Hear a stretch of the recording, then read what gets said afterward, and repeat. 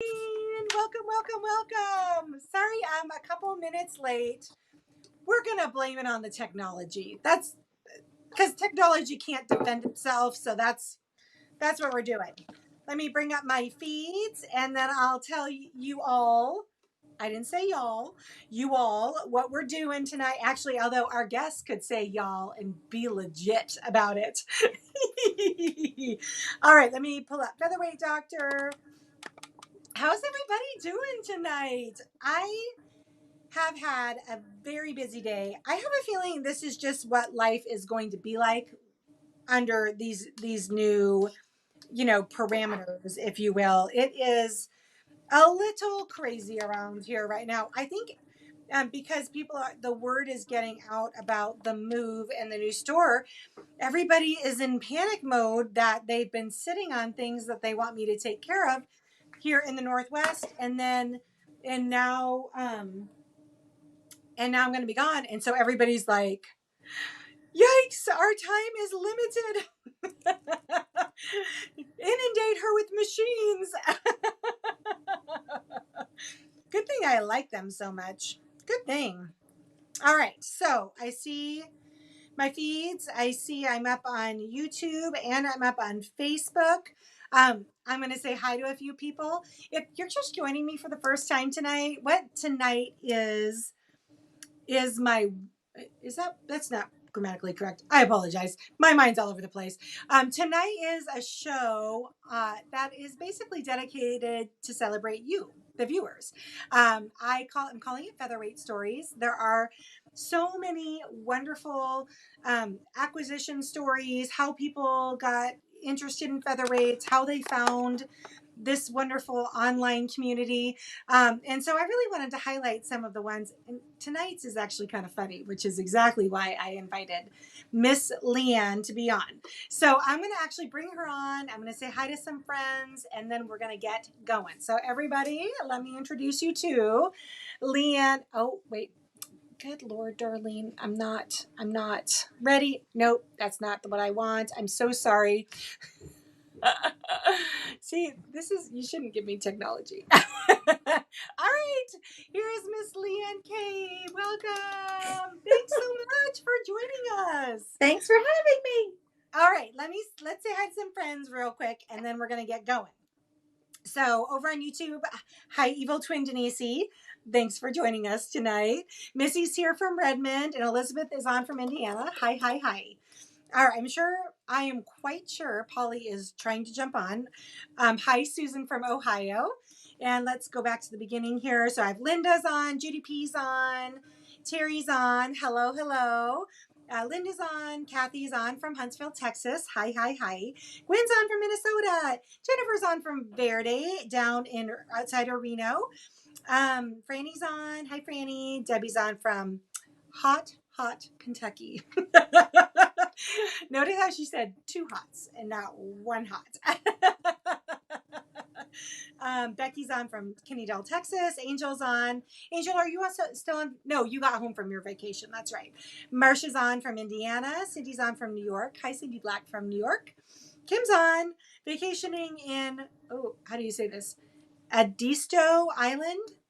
Did I say that right? We are sewing on our featherweights. Oh, I'm jealous. I wish I was with you.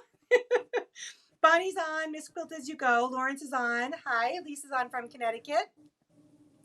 There's Polly. Hi, hi, hi, Polly. Sandy Martin's on from Pleasanton, California. Cindy's on. Let's see here. Pamela's on from Arkansas. All right. Odie and Joanne are both here. They're like present, Darlene, like I'm taking attendance. So, Leighanne, how you doing? I'm good. It's hot and humid here in Atlanta.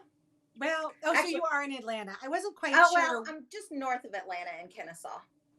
Kennesaw. Okay. So I think I told you I used to spend some time there. Yeah. Up in Anna Cruz is on. She says hi. That's Leighanne. my friend. Hi, friend. One of my friends. That's fun. I have a few others: Donna and Diane and Debbie and Kelly and Bobby and Terry and Sandy and Kathy might be joining us. Good Lord. Well, welcome to Leighanne's Friends. So one of my um well, I have two funny stories about Atlanta. So first of all, one of them, as a Northwestern girl, I am not accustomed to the humidity. I grew up in like Boston area, and so I remember humidity as a child, but like I'm just not accustomed to it. And one time I was in Atlanta in April visiting. I was in Buckhead, um, which was where the tech company that I work for was located. Oh, Jen says that she's not too far. She's just over the Georgia line in Alabama. Jen is nice. So anyway, I decided I wanted to go down to the street to, I think I was looking for some food or something, and I walked outside, and apparently I was a little dehydrated, and that sweltering heat smacked me in the face, and not like physically, but like, you know. And then I had been down on the street trying to find some food or something to drink, and I became a little more dehydrated than I thought I was. Don't laugh, I walked into a street sign.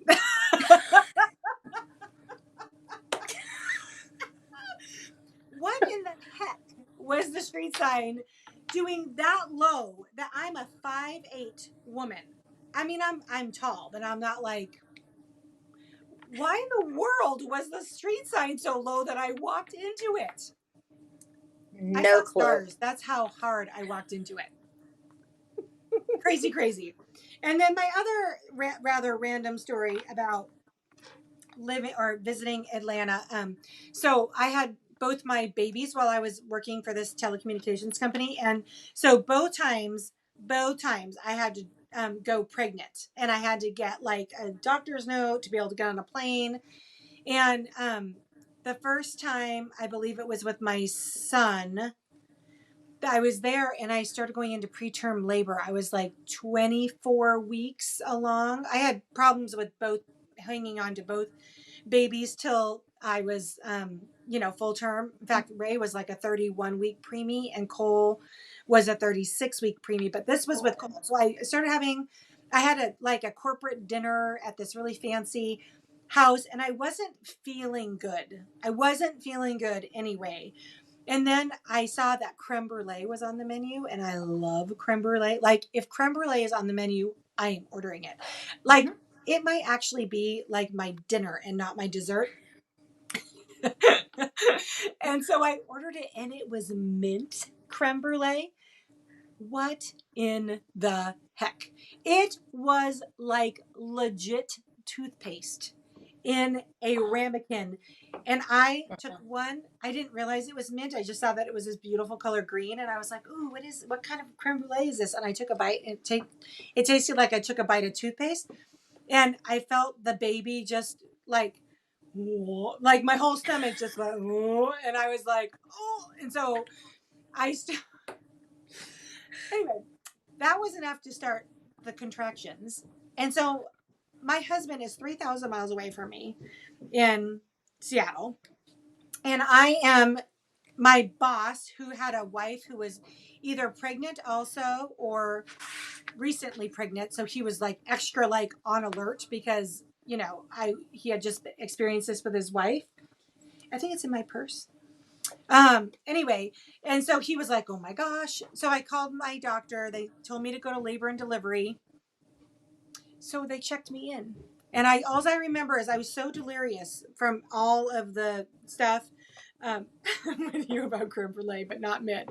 Right, you guys? And this poor woman came in. She was obviously from Atlanta, super thick accent. Oh, just wait for it. And she starts, and I'm delirious because they like pump me full of every type of anti-labor, pump the brakes, drug.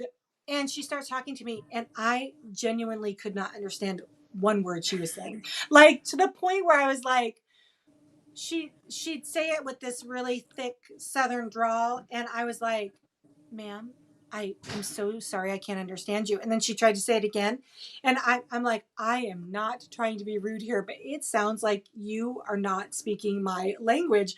And then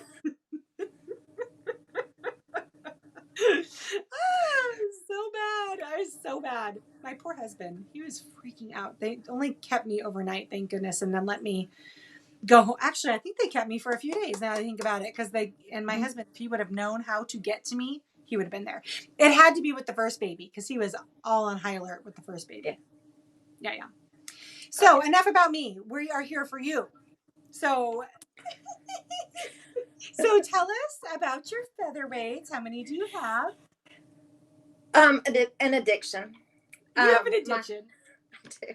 A new addiction. I've gotten 4 since February. I feel responsible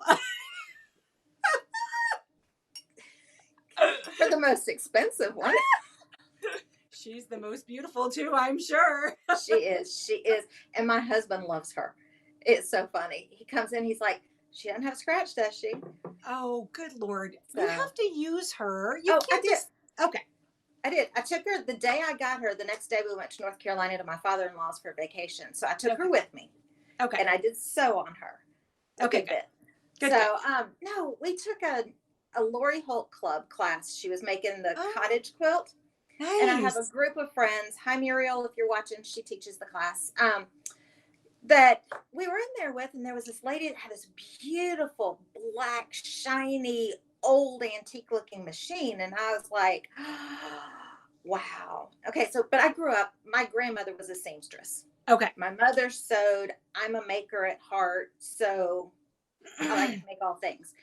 I saw that machine and I was just like, drooling over it. I mean, just drooling. I'm like, what is that? And she's like, it's a featherweight. And I'm like, what's a featherweight? This was do tell. October, November of 2019. So I'm, admiring. Where in North Carolina was it? Someone wants to know. Oh, Franklin, North Carolina. Franklin, North Carolina, Kim. Okay, go. So I kept admiring this machine. And of course, she had the Sew Steady table, and it was all bright and shiny. And all of it. So I was drooling, and I got home and started Googling Singer featherweights. And I'm like, oh, wow. Well, you can't buy one in stores. And I'm like, I'll never find one. So, I kept thinking about it. And then COVID hit. And I guess it was when is Mardi Gras? February, March timeframe, somewhere around there. So I'm looking online and searching featherweights and found your name. So I started kind of creeping and watching your show, slightly becoming addicted. And we'd be sitting in the living room on Friday night at 7:00, and I'd pull up the iPad and start listening to you. And my husband's like, what kind of cult are you in now? Oh my God. He's like, he called us a cult? We're a friendly cult, Leighanne's husband. So he just laughs.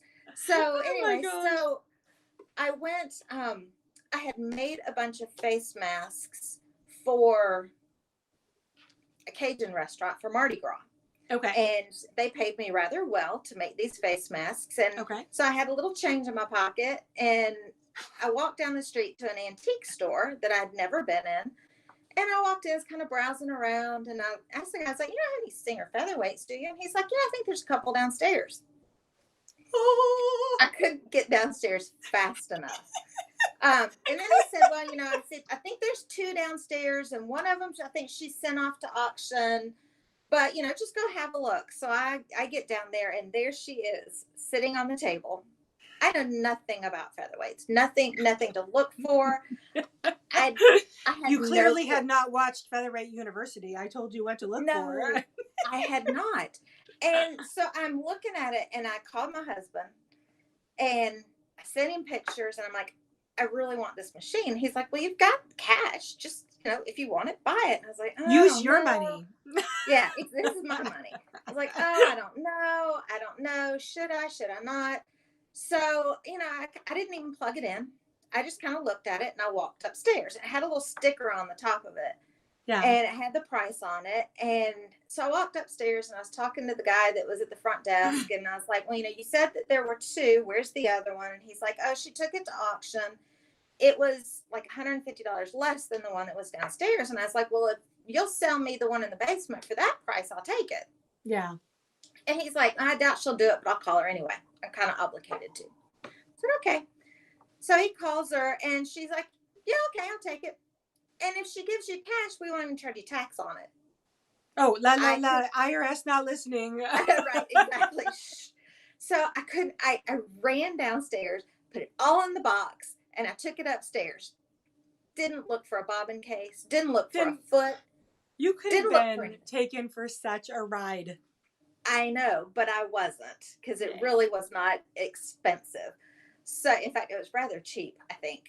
So I packaged it all up, brought it home, and I told my husband, and I pulled it all out and I opened the case, and he's like, "Good God, that stinks!"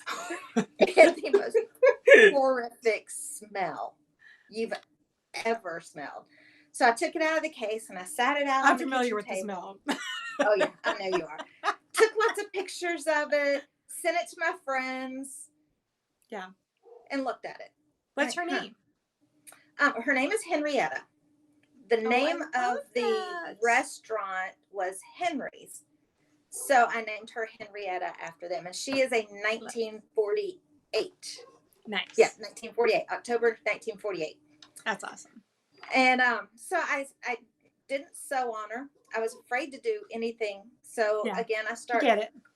creeping on your show, watching, I looking had at the no things. idea you were creeping before we actually spoke, girl. Yes. So then in March, I was in Hendersonville, North Carolina, with three girlfriends that are sisters, and we were in an antique show. And I walked in, and I was like, "Oh my!" Not antique show, an antique store. Yeah. There's another one, and it's got the pretty scroll on the face. Oh, because it's old. Nice. And it's got a bobbin case.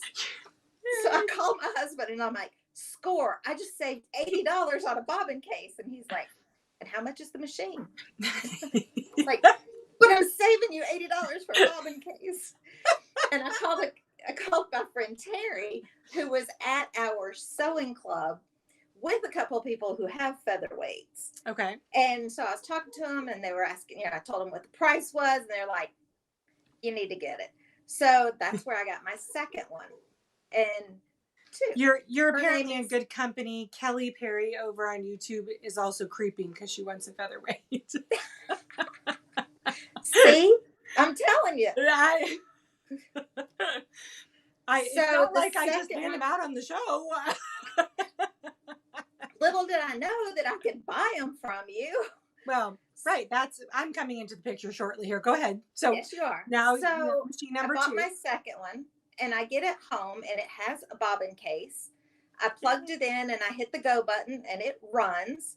Okay. Has the original foot pedal, which the first one did not, but they both had all the attachments.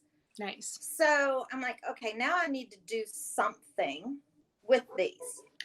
Because now you have 2. So you have an air and a spare. So yes, now you need to do something. So now I need to do something, and I need to do, I need to talk to somebody that knows something. And I was learning a lot more about the different badges and the different colors.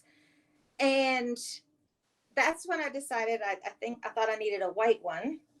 And you're showing a white one on a show one day. It was on the Featherweight Doctor. It was Ask the Doctor. And you were just holding it up and demoing something. I'm like, is that for sale? And Darlene quickly says, no, it's not, but call me tomorrow. Yeah.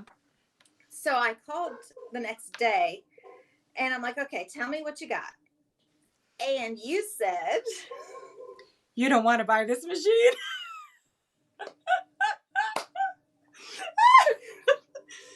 Salesman of the year right here, folks. Like, here's the deal. So I have to kind of explain myself a little bit. So first of all, Leighanne has 2 black machines at this point, and she's calling me because she just thinks the white ones are cute. Like, she just wants, because they're like potato chips. You just can't have one. And then she realizes that they come in different colors, and then she just wants one of all of the colors. Mm-hmm. And so because my business is just me and a couple of part-time gals, I feel very strongly about operating on a certain level of integrity. And so I said to you, I think I even, before I told you didn't want to buy it, I think I said, well, tell me why you're interested, how are you going to use it? Why do you want the white one? Da, da, da, da. And you knew nothing about you just thought that the white ones were like the black ones, but they're not. And I just wanted to make sure that you were an informed consumer, because it's really important, if you're going to drop that kind of money, that you have a complete understanding as to what you're buying. So I kind of feel like I gave you a little bit of like a little lesson in the differences between the black and the white. And as soon as you found out that they were not created the same, and that they were not as repairable and bulletproof, you were like, no, never mind then. And I was like, okay, because I mean, if you're going to be a collector or one falls in your lap or whatever, that's a totally different conversation. But like, you wanted to use it, you wanted to, take it with you to retreats and all of that. And honestly, like, I felt like you kind of already had what you needed. Does that make sense? Absolutely. And so I'm like, no, thank you. I don't want your money.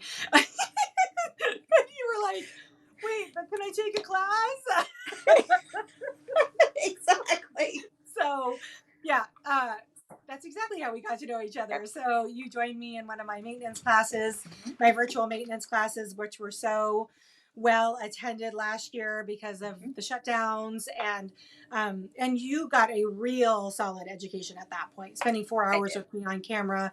So funny story, everything comes full circle. So I was, this has been months. It's been months since you and I had taken that class. And I think you even acquired another black featherweight in the meantime. Yeah. And I was picking up that top label, that special, that Misfits, that is on its way to Sandy Reese's house right now in New Hampshire. She's going to die. And the lady had another white machine. But this white machine was very different than the three I had in the shop. I mean, it was pristine, like perfect. And it was so funny. I really feel like it was fate, because I got home with the machines. I was really more concerned about finding a home for the top label. Actually, that's not true. I didn't even have them yet. If I remember correctly, I just made arrangements to go pick them up. And I knew how pristine it was from pictures. And you called and I said, you must have something else. I heard you talk about picking up the Misfits and the white one, and that it was a unicorn on your show. And I called dibs. And then Sandy. On the white one. Right. Because it was so perfect. You have to understand, I think I've had the opportunity to sell a white one of that condition maybe one other time. Like, that's how unused. You guys, the finish on the bed is like a skating rink. Like, hard pressed to even see a surface scratch in the clear finish.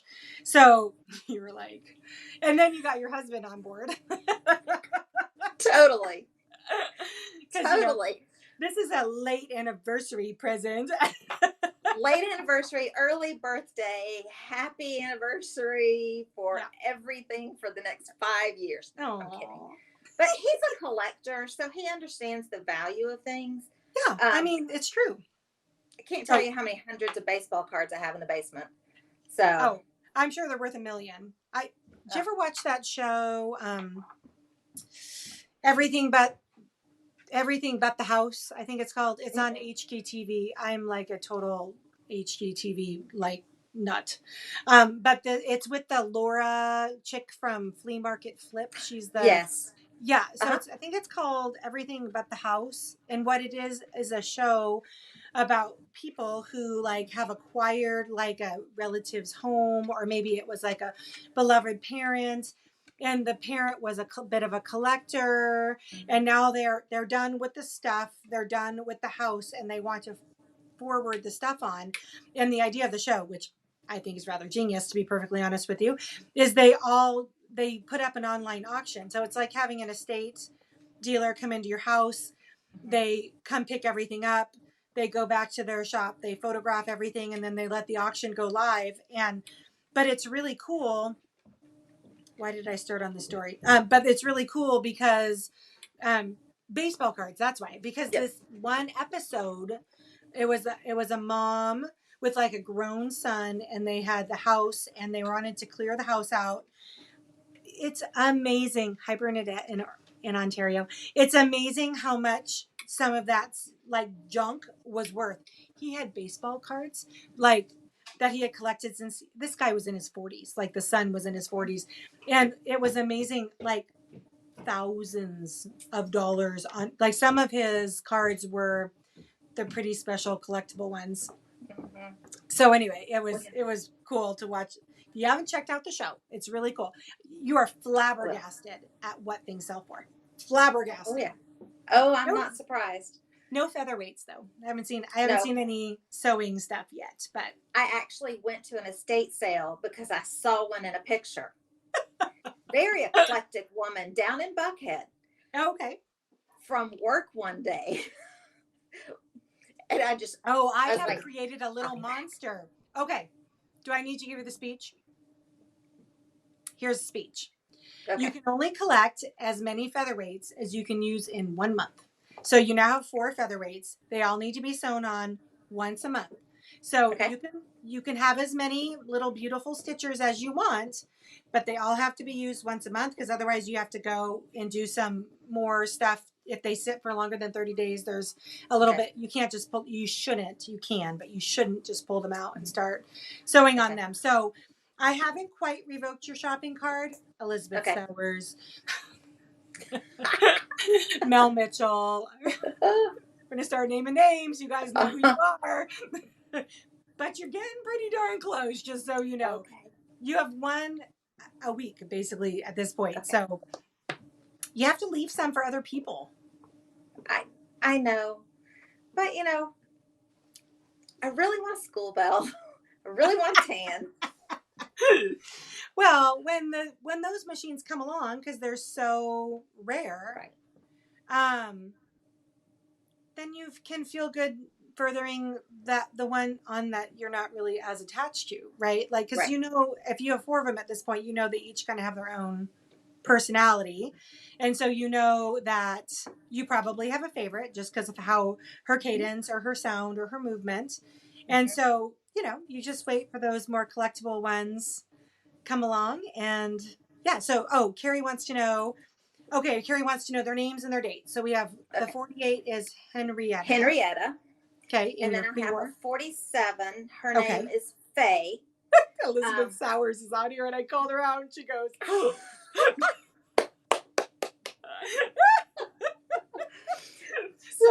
Sorry. So the 3 sisters that I was shopping with, their maiden names it's Corfay. So I named Faye after them because I was with them when I found her. That's cool. My centennial I bought on eBay from an antique shop in Maryland.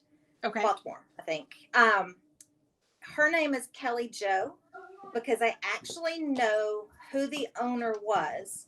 Oh, really? His name was Edward Joseph Kelly, and he owned her. I think she is a 1951. Okay, yeah, that makes sense. And he owned her for quite some time. I had a service receipt in there from 1972. That's how I knew his name. So I Googled him. Yeah. And he is deceased. And his obituary said that he worked in retail and fashion for many, many years, including traveling to Paris. That's amazing. And all that. So now I'm dying to reach out to his partner just to say, I have his machine. Can you tell me, did he use it? What did he make with it? You should totally do that. I just think that would be so fun. Oh my gosh, that's so sweet. To. That's awesome. It would probably, like make that partner feel connected in some way. It's all about feeling connected. So absolutely. And if he loved that machine, I want him to know that someone else loves that machine now. and For will sure. take good care of it. That's amazing. So good. All right, I thought I was being weird. Oh, I don't think that's weird at all. I would be totally that person. Okay, Well, that's I once had someone sell me a oh, Sandy Martin says, I wonder if Kelly Jo ever went to Paris. See? I don't know. That would be so much fun. There's a couple people over here. Sandy Reese says, oh, good, I can get more because she hasn't surpassed my rule yet. And poor Della's like, I only have one little featherweight. Poor me. Oh, my white featherweight is named Della. Oh, so cool. Her name is Della Carroll. My mother's name was Linda Carroll, but her mother wanted to name her Della Carroll. And I don't remember why they didn't, but I thought, well, I'll name my sewing machine after her. So that's fabulous. I love that. And then I have a baby lock named after my grandmother, whom I blame all my sewing addiction on. Her name was Ola May, and she's named Ola May. I love that. Ola May. I am That's from the awesome. South. Because Mama could do anything, and this machine does it all. That's so awesome. I love your shirt, by the way. Thank you. I made it. Oh, I love it. I like that plan for the day. It is. It's an awesome plan for the day. I made my husband one that has a bottle of bourbon or a glass of bourbon and a guitar and a cup of coffee. So hopefully the coffee first. Coffee first. Yeah. I'm backwards. I know. I can't get it. Welcome to my life. Yeah. So anyway, Della Carroll was born in 1968 on August 6th, which is a year and 11 days younger than I am. That's awesome. So. Well, you have quite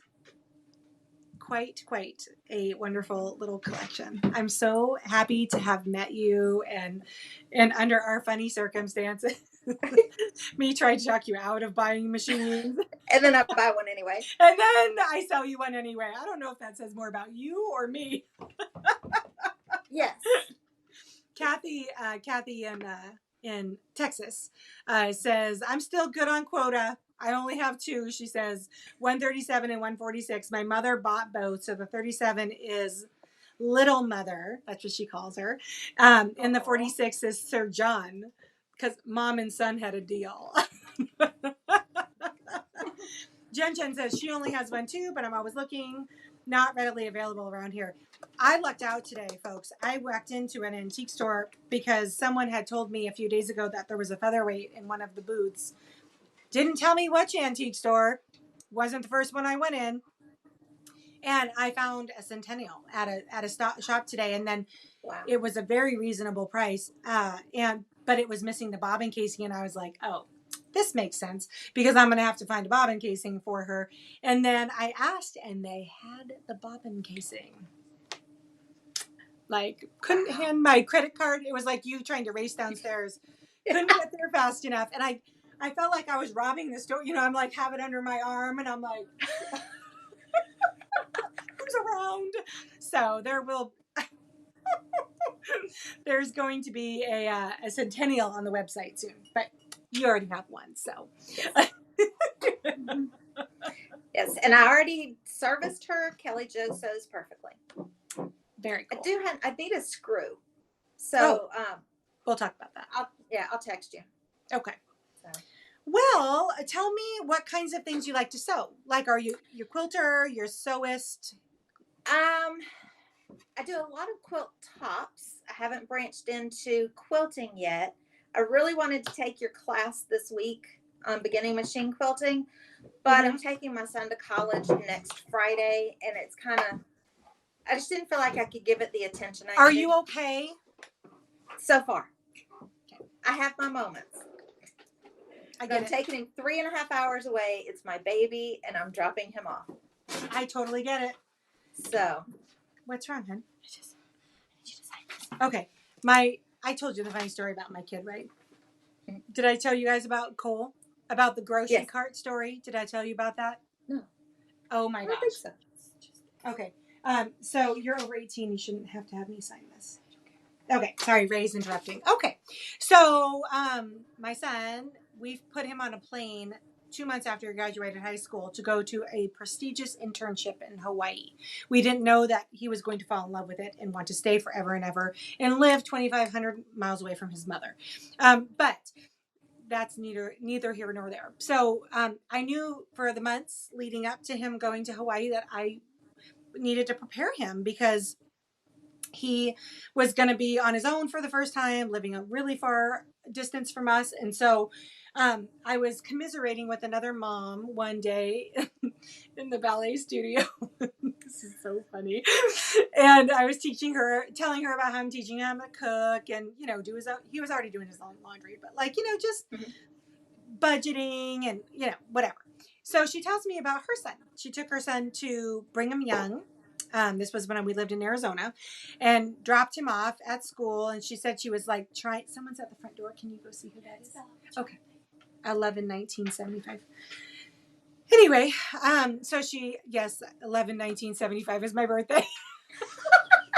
Thanks, Ray.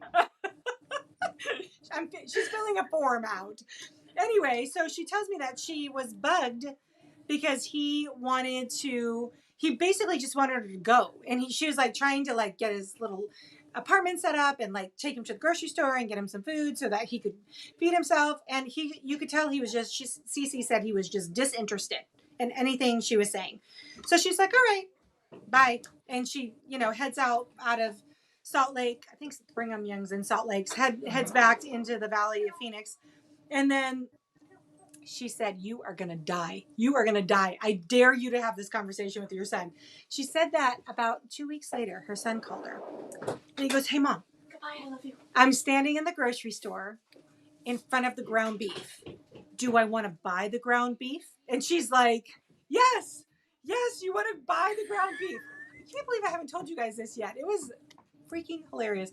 Yes, you want to buy the ground beef. You can like make spaghetti sauce, or you could make burgers, or you can, she starts lettuce wraps or whatever. She starts naming all the stuff, and he's like, okay. He goes, now where's the grocery carts?